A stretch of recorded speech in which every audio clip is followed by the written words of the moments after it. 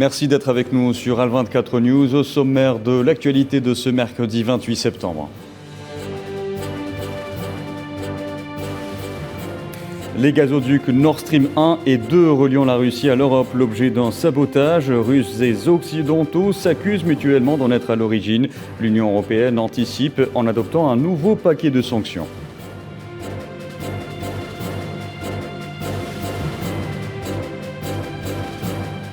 Référendum d'adhésion à la Russie après la victoire du oui. Les autorités locales des régions concernées demandent leur adhésion à la Fédération de Russie.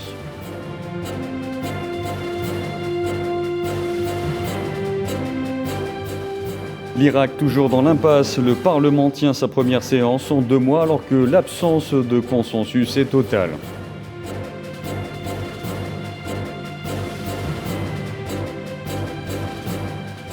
Et puis l'occupation sioniste poursuit ses agressions et exactions à l'encontre du peuple palestinien. 4 personnes ont été tuées et des dizaines blessées à Jenin ce mercredi dans le nord de la Cisjordanie occupée.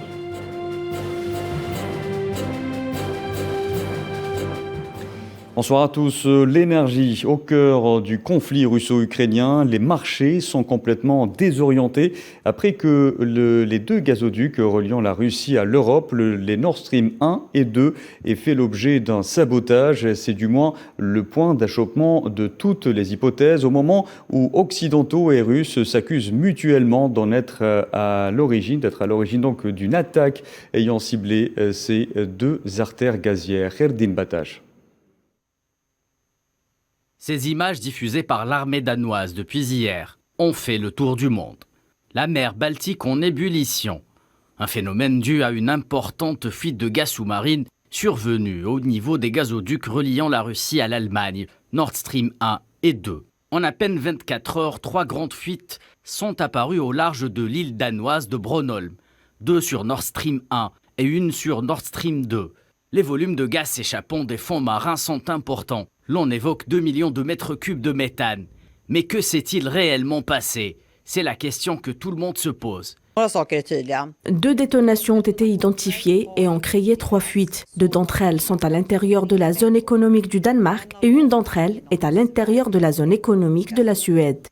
Alors qu'aucun élément matériel ne permet pour le moment de situer les responsabilités, les accusations entre Occidentaux et Russes fusent de part et d'autre.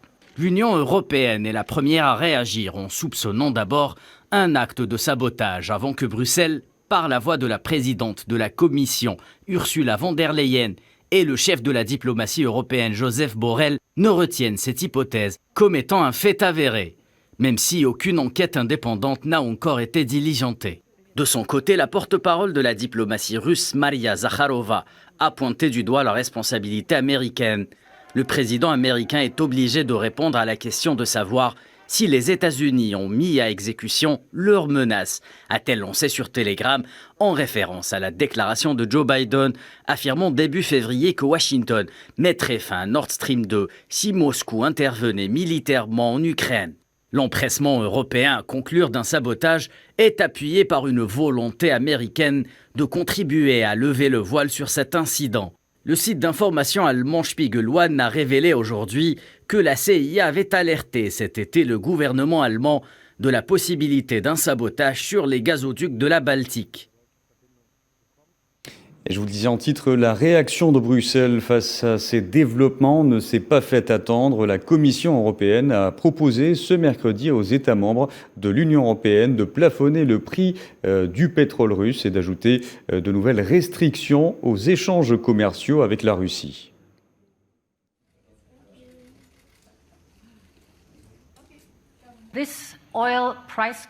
Ce plafonnement des prix du pétrole contribuera à réduire les revenus de la Russie d'une part et il maintiendra la stabilité du marché mondial de l'énergie d'autre part. Aujourd'hui, nous posons les bases juridiques de ce plafond du prix du pétrole. En parlant de gaz, la compagnie algérienne des hydrocarbures Sonatrach et le groupe italien Enel ont conclu des accords dans le cadre des contrats d'achat et de vente de gaz naturel pour les marchés italiens et espagnols. Les deux parties ont convenu d'ajuster les prix de vente en tenant compte des conditions de marché, ont convenu sur la fourniture de volumes supplémentaires pour 2022 ainsi que sur la possibilité d'approvisionnement supplémentaire dans les années à venir.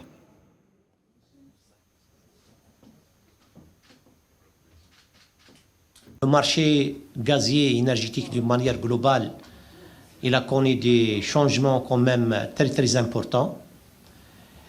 Et les deux groupes sont convenus de revoir les mécanismes de vente, des prix de vente, pour s'aligner avec les conditions du marché actuel.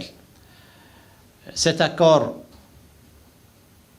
prévoit également l'augmentation du volume de gaz sur le marché italien pour 2022 et d'examiner ensemble les opportunités et les possibilités d'augmenter ces volumes sur notamment le marché italien pour les années 2023 et 2024. Je crois que la décision a été la décision meilleure, pour que les acheteurs et les vendeurs ont besoin de stabilité. Et la formule que nous avons décidée ensemble pour le contrat est une formule beaucoup stable. Nous préférons un prix plus stable parce que tous nous avons besoin d'investissement. Et je vous en parlais en titre, confronté aux résultats validant largement l'adhésion à la Russie des 4 territoires consultés, les pays occidentaux dénoncent un vote manipulé. Moscou a défendu la légalité du scrutin, mettant en avant la présence d'observateurs indépendants. Selon les résultats définitifs des référendums d'adhésion à la Russie clos hier, le oui l'a largement emporté. Amin Touta. Un oui et une adhésion à la Russie. Les 4 régions ukrainiennes, Lugansk, Donetsk, Zaporizhia et Kherson, revendiquent la victoire du oui en faveur d'un rattachement à la Fédération de Russie après un scrutin de 4 jours. Selon les autorités locales, le oui l'aurait emporté avec un taux avoisinant les 97-98% des suffrages après dépouillement. Pour les républiques de Donetsk et Lugansk, les 2 régions s'opposent au gouvernement de Kiev depuis 2014. Kherson et Zaporizhia, 2 autres zones sous contrôle russe dans la foulée des opérations militaires depuis le 24 février. Volodymyr Zelensky, le président ukrainien et l'OTAN ainsi que l'Union européenne et plusieurs puissances occidentales ont dénoncé le référendum, dont Moscou a pour sa part défendu la légitimité, insistant sur la présence d'observateurs indépendants.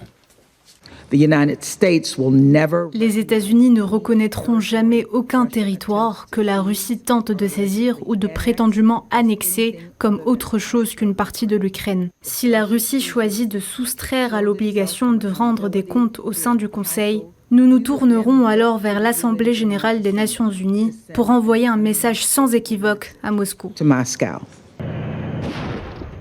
De nouvelles données dans le conflit qui pourraient constituer une entrave à d'éventuelles négociations entre Russes et Ukrainiens et qui vient s'ajouter à une situation tendue et marquée par la mobilisation de 300 000 réservistes de l'armée russe sur le front et des aides en armement des Occidentaux pour Kiev. Et après la victoire du oui à l'adhésion à la Russie lors du référendum organisé dans ces 4 régions, les autorités locales ont demandé leur adhésion à la Fédération de Russie, à l'instar de celle de Lugansk. Уважаемый Владимир Владимирович. Cher Vladimir Vladimirovitch, au cours des 8 dernières années, les citoyens de la République populaire de Lugansk ont enduré des fusillades sévères et un génocide de la part du régime de Kiev. Nous sommes conscients du lien historique, culturel et spirituel avec le peuple multinational de Russie. Nous savons que le Donbass fait partie de la Russie et depuis 8 ans, nous nous battons pour notre rêve. Le 20 septembre 2022, le Parlement de la République populaire de Lugansk a décidé d'organiser un référendum sur le territoire de la République sur l'entrée de Lugansk dans la Fédération de Russie. О проведении на территории республики референдума о вхождении в состав Российской Федерации. L'Ukraine et ses alliés ont condamné ce référendum. Le président ukrainien Volodymyr Zelensky a écarté toute discussion avec la Russie au sujet de ces régions ayant voté pour l'intégration au territoire russe. La reconnaissance par la Russie des pseudo-référendums comme étant normaux, la mise en œuvre du soi-disant scénario de Crimée et une nouvelle tentative d'annexer le territoire ukrainien signifie qu'il n'y a rien à discuter avec l'actuel président de la Russie. Nous agirons pour défendre notre peuple dans la région de Kherson, dans la région de Zaporizhia, dans le Donbass, dans les zones actuellement occupées de la région de Kharkiv et en Crimée. Direction l'Irak à présent où 3 roquettes sont tombées ce mercredi sur la zone verte dans la capitale Bagdad, faisant 7 blessés parmi les forces de l'ordre. Aucune information n'a été donnée dans l'immédiat sur les auteurs des tirs.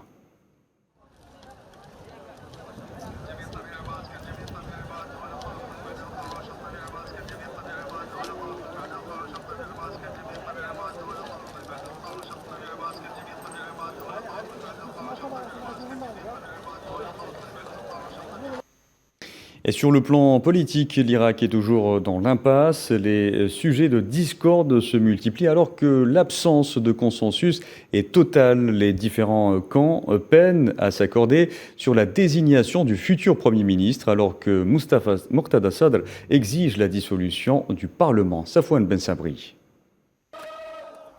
Dans un Irak en proie à la paralysie politique doublée d'une violence latente, le Parlement a tenu ce mercredi une session perturbée par plusieurs tirs de roquettes. À l'ordre du jour de la session parlementaire, le vote pour la destitution ou non de Mohamed al-Halboussi, président du Parlement. Ce dernier, influent sur la scène politique irakienne, souhaite notamment confirmer et affirmer le soutien du Parlement dont il a besoin pour renforcer sa position de leader politique des sunnites. De l'autre côté, Muqtada Sadr, leader chiite et poids lourd de la scène politique, réclame la dissolution pure et simple du Parlement et la tenue de législatives anticipées. En face, le cadre de coordination, alliance regroupant des factions proches de l'Iran, veut la mise en place d'un gouvernement avant tout scrutin. En somme, l'Irak est plongé depuis plusieurs mois dans une grave crise politique qui tend vers la violence dans un pays déjà traumatisé par 2 décennies de chaos. L'impasse est totale, tandis que le nom du prochain Premier ministre et son mode de désignation restent sujets à polémique. Les tensions ont culminé fin août lorsque des partisans de Muqtada Sadr ont affronté l'armée ainsi que des hommes du Hashd al-Sha'bi intégrés aux troupes régulières et qui sont politiquement opposés aux sadristes. Plus de 30 partisans sadristes sont morts dans ces combats avant l'appel au calme de leur leader. Direction le Liban à présent, plusieurs groupes parlementaires ont déclaré ce mercredi qu'ils participeront à l'élection jeudi d'un successeur au président libanais Michel Aoun, dont le sexennat arrive à terme le 31 octobre. Cette séance parlementaire a été fixée par le président du Parlement, Nabih Berri, à 11h, bien qu'il n'y ait toujours pas de consensus sur un candidat en dépit des négociations en cours. Et au Koweït, les électeurs sont appelés aux urnes demain pour choisir leurs députés, les 6e élections en 10 ans dans cet État du Golfe plongé dans une interminable crise politique entre l'exécutif et le législatif.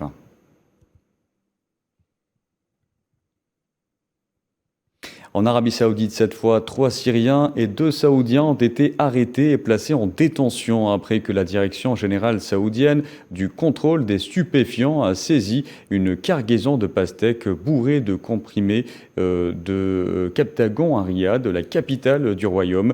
Depuis des années, le Captagon envahit le Moyen-Orient, l'Arabie Saoudite étant le plus grand marché.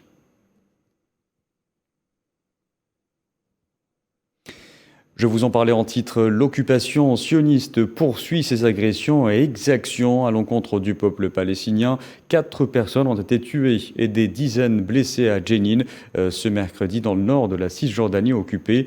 Tôt ce matin, l'armée sioniste a fait incursion dans le camp de réfugiés de Jenin et y a encerclé une maison. Neila et Hamouda. La barbarie sioniste continue de commettre des massacres. 4 Palestiniens sont tombés en martyrs sous les balles réelles des forces d'occupation sionistes et plus de 40 autres ont été blessés, dont 2 grièvement. Cette escalade meurtrière a eu lieu dans le quartier de la rue El Mahyoub, à Jenin, au nord de la Cisjordanie occupée, rapporte l'agence palestinienne de presse Wafa, citant le ministère palestinien de la Santé. Selon la même source, il s'agit d'Ahmed Taysir Nazmi Al-Lawna, Mohamed Mahmoud Al-Lawna, Mohamed Abou Naïssa et Abd El-Fatih Khazem, frère de Saad Khazem, qui a mené une opération près de Tel Aviv en avril dernier. L'armée sioniste a fait incursion dans le camp de réfugiés de Jenin et y a encerclé une maison. Cela a provoqué des affrontements entre des dizaines de jeunes Palestiniens et les forces d'occupation. Des témoignages ont indiqué que des bruits d'explosion ont été entendus, suivis de colonnes de fumée qui s'élevaient du lieu où la maison était assiégée. La population, aussi bien en Cisjordanie occupée qu'Al-Quds, souffre quotidiennement et fait face à une répression des plus atroces depuis plus d'1 an. Les Palestiniens continuent de subir un déni de justice. D'ailleurs, le chef du gouvernement palestinien appelle les Nations Unies à protéger le peuple palestinien et à responsabiliser l'occupant sioniste pour ses crimes commis. La Cour pénale internationale, à l'instar d'autres organisations des droits de l'homme et ONG, n'a pas dérogé à sa propre règle, celle de fermer les yeux sur ce qui se passe en Palestine, alors qu'elle réagit à tout ce qui touche aux intérêts des Occidentaux. Cette même Cour, censée traiter au même pied d'égalité tous les crimes et agressions commis sur les populations de par le monde. La question palestinienne qui sera au cœur du sommet arabe d'Alger prévu les 1er et 2 novembre prochains. Les choses se préparent à Alger. Le ministre algérien des Affaires étrangères, Abdallah Mamra, a reçu ce mercredi le secrétaire général adjoint de la Ligue arabe, Houssam Zaki, dans le cadre de la poursuite de la coordination des efforts avec les autorités algériennes qui parachèvent les préparatifs du sommet arabe.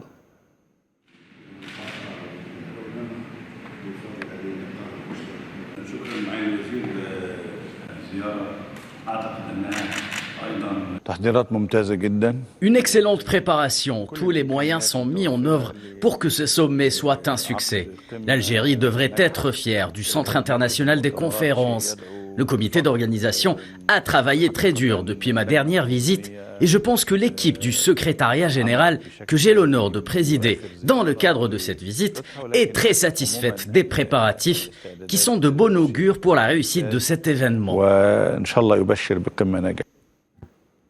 En Algérie toujours, c'est sous le signe du renouvellement que l'Académie des sciences et technologies algérienne a organisé ce mercredi sa première assemblée générale. Depuis sa création en 2015, elle constitue aujourd'hui un incubateur des compétences algériennes en vue de contribuer à l'émergence d'une économie intelligente en phase avec les recherches des universités et des temps actuels. Des dizaines de chercheurs algériens et étrangers se sont réunis pour participer à cet événement. Une assemblée animée de plusieurs conférences, débats scientifiques variés entre énergie, agriculture et développement durable. Elle est fondée d'abord sur les connaissances de la biologie de l'usage des pesticides. Nous sommes déjà membres dans 3 réseaux internationaux. Les plus performants et existants. Nous sommes dans un réseau d'académies internationales où il y a 127 pays membres. Et dans ces réseaux-là, nous sommes présents. Nous sommes présents parfois par des avis. Dans ces réseaux, on a déjà contribué par des contributions qui engagent l'Académie algérienne. On a signé des déclarations, on œuvre ensemble, certainement toujours pour le développement et la promotion des sciences et des technologies. Je me réjouis justement d'avoir rencontré aujourd'hui le président du réseau africain des académies qui travaille sur l'intelligence artificielle comme moi. Alors j'ai discuté avec lui et on envisage justement d'appliquer, de faire beaucoup d'intelligence artificielle pour le continent africain.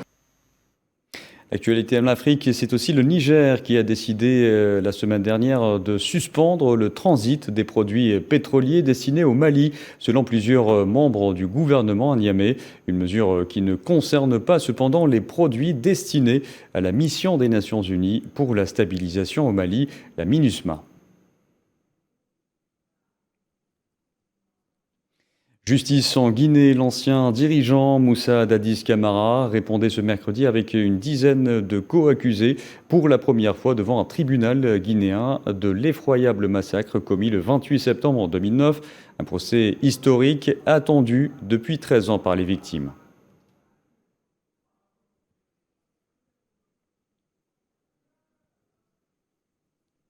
Direction l'Amérique latine, à présent, l'heure est au réchauffement entre les deux pays frontaliers, Venezuela, Colombie, et ce après 7 ans de glaciation relationnelle due à des divergences politiques, et chose révolue à présent en début de semaine où des camions de marchandises de part et d'autre ont franchi les bordures en la présence du président colombien Gustavo Petro et des représentants de son homologue vénézuélien Nicolás Maduro. Retour sur les retrouvailles présentées comme historiques par les deux parties avec Karim Bouaziz. Cette année de brouille se dissipe enfin. Le Venezuela et la Colombie réouvrent leurs frontières. Des véhicules ont pu traverser les postes douaniers à travers le pont Simón Bolívar cette semaine, tout un symbole situé entre la ville vénézuélienne de San Antonio del Táchira et la ville colombienne de Cúcuta. Le tout orchestré lors d'une cérémonie en grande pompe dont le maître de séance n'est autre que le président colombien Gustavo Petro. De son côté, le président Nicolás Maduro s'est réjoui du pas immense effectué avec le remerciement, je cite, de 30 millions de Vénézuéliens.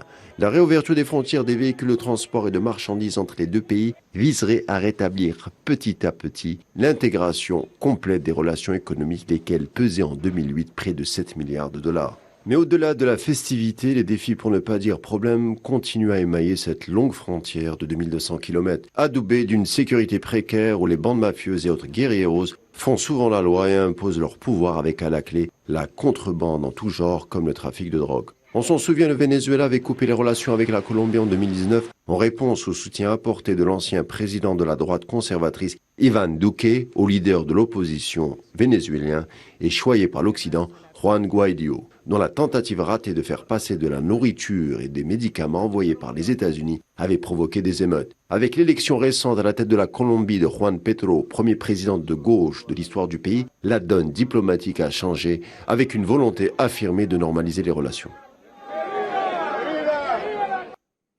L'actualité outre-Atlantique, c'est aussi la Floride qui attendait ce mercredi avec anxiété l'arrivée dans la journée de l'ouragan de catégorie 4 Ian qui s'intensifie rapidement et pourrait entraîner des conséquences catastrophiques selon les services météo américains.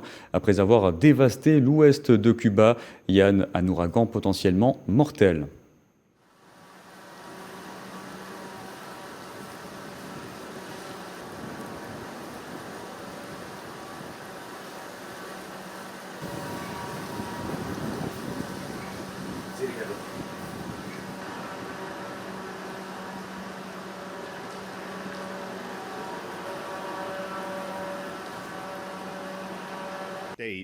It is going to have major impacts in terms of wind, in terms of rain, in terms of flooding. Il va y avoir des impacts considérables en ce qui concerne le vent, la pluie, les inondations. Donc cela va être une sale journée pendant 1 ou 2 jours. Une tempête de cette ampleur causera des inondations catastrophiques et une onde potentiellement mortelle sur la côte ouest de Floride. Il est temps de se barricader et de se préparer pour la tempête. C'est une tempête puissante qu'il faut appréhender, comme si une tornade s'approchait de votre maison. Si vous êtes sur la route, rendez-vous en lieu sûr aussi vite que possible. Your home. If you're out on the roads, get to a safe place as soon as possible. There's more than 2. Allez, parlons théâtre pour terminer. Peut-être la politique est-elle différente de la culture, mais elle s'y rencontre quant aux finalités et aux objectifs. Et parce que le théâtre était et est toujours le porte-parole de toutes les époques. La République arabe sahraoui démocratique a signé sa participation au festival de théâtre amateur dans la ville algérienne Mostaganem avec une pièce intitulée « Ils m'ont accusé d'insouciance ».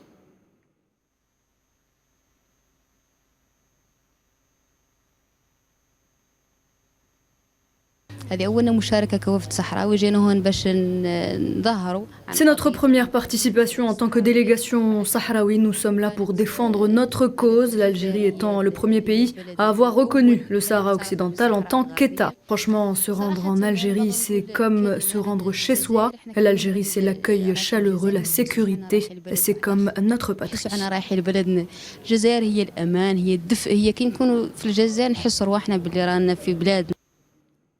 Voilà, cette édition touche à sa fin, un programme que vous pouvez revoir sur le site d'Al24 News ou à travers nos réseaux sociaux. Il vous suffit de scanner le QR code qui s'affiche en bas de votre écran. Excellente soirée.